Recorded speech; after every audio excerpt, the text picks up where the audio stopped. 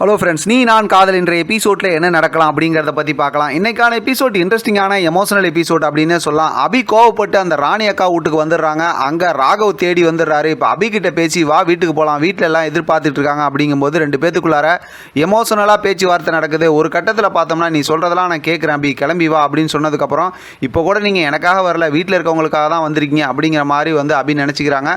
தப்பாகவே ராகவ் புரிஞ்சுக்கிறாங்க அப்படின்னே சொல்லலாம். ரெண்டு பேரும் காரில் போய்கிட்டு இருக்கும்போது அபிக்கு பார்த்தோம்னா விக்கல் வந்துடுது. இடையில நிறுத்தி தண்ணி பாட்டில் வாங்குறதுக்காக போறாரு. அந்த நேரத்தில் தான் விக்னேஷை சந்திக்கிறாங்க. விக்னேஷ் வந்து உங்களோட வியாபாரம்லாம் எப்படி போகுது, இந்த மாதிரி கடையை மாற்றிட்டீங்களா என்ன இதுன்னு சொல்லி பேசிக்கிட்டு இருக்காரு. அப்போ ராகவ் வந்துடுறாரு. ராகவுக்கு ஒரே பொசசிவ்னஸாக இருக்குது. என்ன இவ்வளோ நேரம் பேசிகிட்டு இருக்காங்க, அனுப்பி விட வேண்டியதானே அப்படி இப்படிங்கிற மாதிரிலாம் ஒரு ஆக்டிவிட்டிலாம் வித்தியாசமாக பண்ணுறாரு. இப்போ அங்கேருந்து விக்னேஷ் போனதுக்கப்புறம் அபிகிட்டையும் வந்து அந்த மாதிரி நடந்துக்கிறாரு. அபி வந்து யோசிக்கிறாங்க என்ன ஒரு வித்தியாசமாக நடந்துக்கிறாரு அப்படின்னு. மறுபடியும் காரில் போகிறாங்க.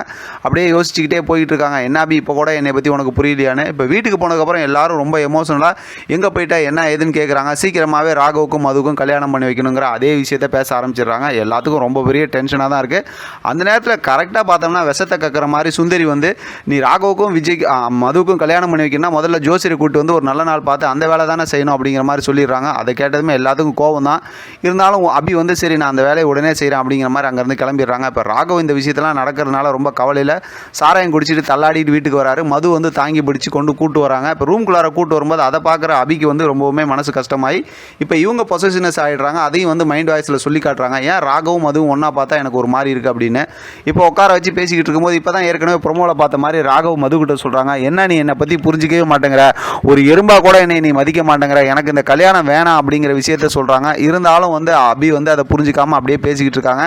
இப்போ மது வந்து சாப்பாடு கொடுக்குறாங்க. ஆனால் அந்த சாப்பாடை கொடுக்காம இவங்க பிஸ்கெட்டை கொடுத்துட்டு எனக்கே இப்படிலாம் தோணுது அப்படிங்கிற மாதிரி அபி நினைக்கிறாங்க. அபிக்கு கரெக்டாக தான் நினைக்கிறாங்க. ஆனால் அபி வந்து இந்த மாதிரி பண்ணுறது தான் பெரிய இரிட்டேஷனாக இருக்குது.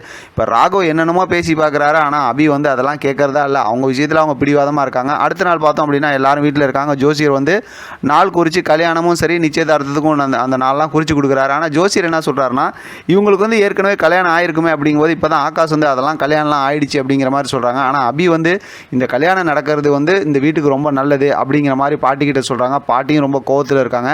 அபி வந்து அந்த நாள் குறித்து கொடுத்து அந்த பேப்பரை வந்து பாட்டிக்கிட்ட கொடுத்துட்டு அங்கேருந்து அப்படியே கிளம்புறாங்க. இப்போ ஆகாஷ் அனுவும் பேசிக்கிறாங்க. இவங்களெல்லாம் பார்த்தா இவங்களுக்கு பின்னாடி ஏதோ ஒரு காரணம் இருக்குது அப்படின்ட்டு ஆகாஷ் ராகவ்கிட்ட கேட்குறாரு. ராகவ் வந்து இப்போ நான் எதுவும் சொல்ல முடியாத சூழ்நிலையில் இருக்கேன் அப்படிங்கிற மாதிரி சொல்லிட்டு போயிடுறாங்க. இப்போ ஆகாஷ் அனுவும் இதுக்கு பின்னாடி இருக்க காரணத்தை நம்ம கண்டுபிடிக்கணும்னு சொல்கிறாங்க. அதோடு இன்றைக்கான எபிசோட் முடிச்சிருக்காங்க. பார்க்கலாம் அடுத்து என்ன நடக்குதுன்னு. இதை பற்றி உங்களோட கருத்து கமெண்ட் பாக்ஸில் தெரியப்படுத்துங்க. தொடர்ந்து ஆதரவு கொடுங்க. தேங்க்யூ ஃபார் வாட்சிங்.